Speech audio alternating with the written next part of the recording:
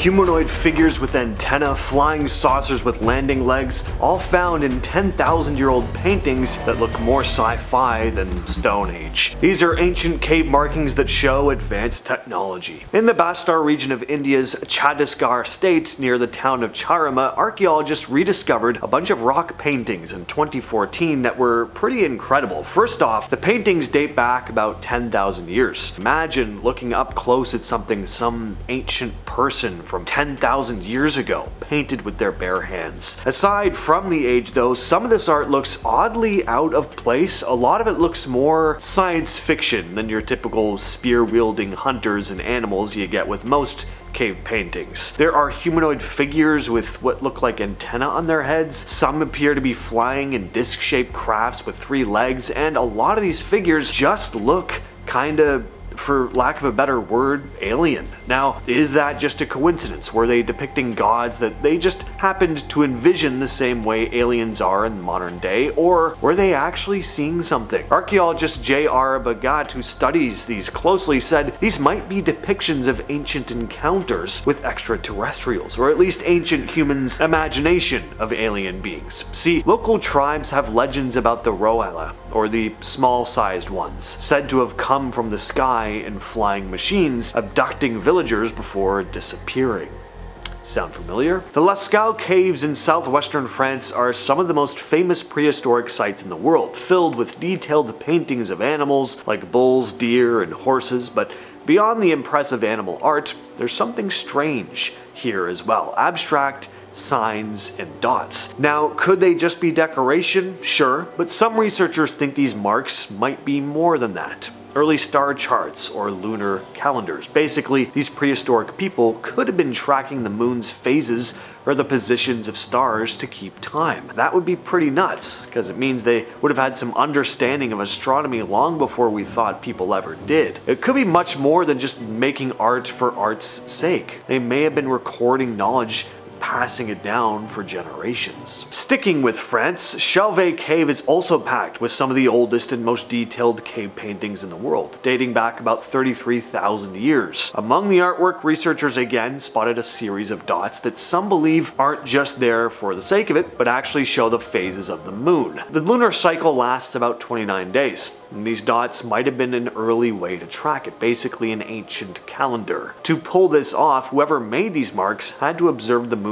over many nights and understand its changes. That means early humans weren't just focused on daily survival, but instead were paying close attention to the sky and time. Tracking the moon would have been super useful too, helping with hunting seasons, gathering, timing rituals. And besides the dots, the paintings themselves are just impressive. There's a lot more detail in these images than you usually see in ancient cave art. There's shading being used here. The animals have more depth and shape to them. They look almost lifelike, and that alone makes these cave markings seem more advanced for the time. But these dots, it could be the earliest evidence of our ancestors mixing art and science in a way we might not expect from people living such a long time ago. Guanyindong Cave in China has some of the earliest evidence of the Lascaux stone tool technique, dating back anywhere from 170,000 to 80,000 years. But what is the Lascaux technique? Well, this was a game changer in prehistoric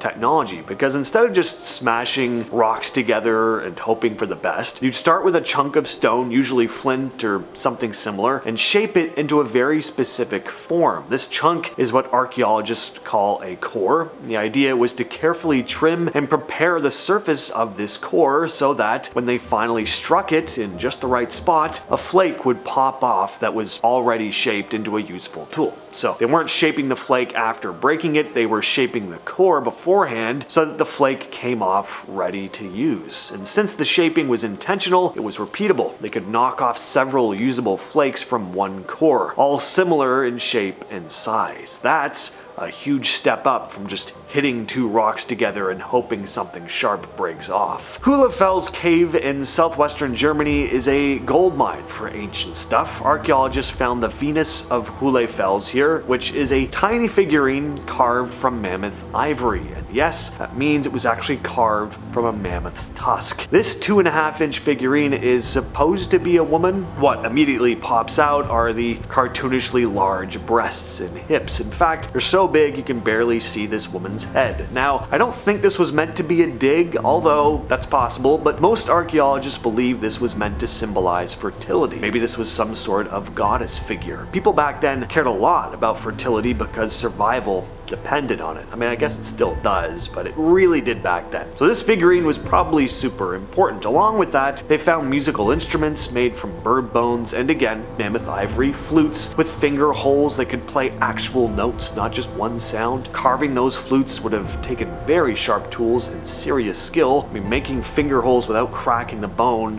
would have been no easy task. The Sun Temple at Mesa Verde National Park in southwestern Colorado was built into a cliff alcove shaped kind of like a big D. The people who built it, the ancestral Pabloans, used real geometry to design it. The shape and structure follow certain patterns, like the 3-4-5 triangle, which is a simple way to make perfect corners. Something called the golden rectangle, a layout that shows up in art, nature, and architecture because it just feels balanced. Obviously, this kind of precision doesn't just happen by accident. They had to know how to measure, how to mark angles, and how to lay everything out so the pieces fit together exactly right. On top of that, parts of the temple line up with the sun during the summer and winter solstices, meaning the builders were also tracking how the sun moved through the sky. That would have helped them keep time, mark the seasons, and plan ceremonies and planting cycles. Blombos Cave is on the southern coast of South Africa, looking out over the Indian Ocean. Inside, archaeologists found pieces of ochre, which is iron-rich clay that turns a rusty red or brown color when it dries. It's soft enough to carve, but durable enough to hold those carvings for tens of thousands of years. People back then would grind it up to make paint or use it as a kind of an early crayon, but what they found in this cave were blocks of ochre with carefully carved patterns. These engravings are around 75,000 years old. Some have cross-hatched lines, some look like grids, others have angles or zigzags. They're more than just random scratches. They were made with tension, using stone or bone tools to create repeated, even patterns, and it's not like they were carving animals or people, you know, the usual stuff you see in cave art. These were abstract shapes, which doesn't sound all that impressive, but think of what this means. They weren't just copying what they saw.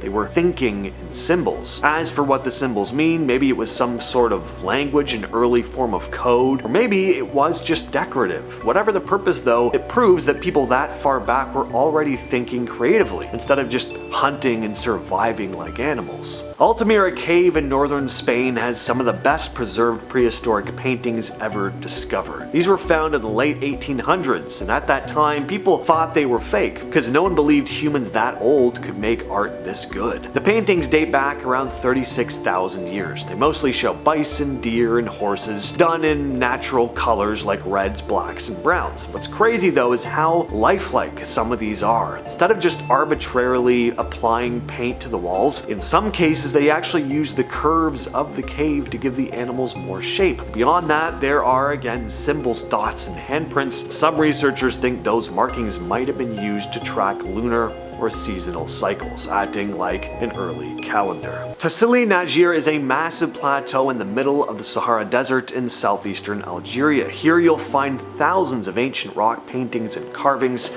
spread across more than 70,000 square kilometers. Most of it's animals, hunting scenes, day-to-day life. Pretty standard for prehistoric art, but there's a small group of figures that really stand out. These ones don't look like hunters or herders or anything immediately recognizable. Some look like they're wearing helmets or full-body suits. A few appear to have large, round heads with no facial features and limbs that are thin and stretched. Some call them the Great Martian Gods. One of the most famous is known as the Roundhead, a figure with a bulbous head surrounded by smaller human-like figures reaching up toward it. Some even appear to be hovering or floating, not standing on any surface. And there are also shapes that look kind of like discs or capsules. Could they be depictions of deities or shamans in ritual clothing? Definitely possible. But what if these deities were actually something they were seeing? Visitors from the sky. The story of the Dropa Stones starts in 1937 when a Chinese expedition led by Professor Chi Pute supposedly discovered a burial site high in the Bayan Har Mountains near the border of Tibet and China. Inside, they claimed to have found small skeletons with large skulls and thin, frail bodies, about 4 feet tall. Alongside the remains were hundreds of round stone discs, each about a foot in diameter, with a small hole in the center and 2 spiral grooves carved into the surface. Those spirals were said to contain thousands of tiny characters that could only be seen with magnifying glasses. Years later, a man named Sum Nui allegedly translated them at the Beijing Academy for Prehistoric Research. The translation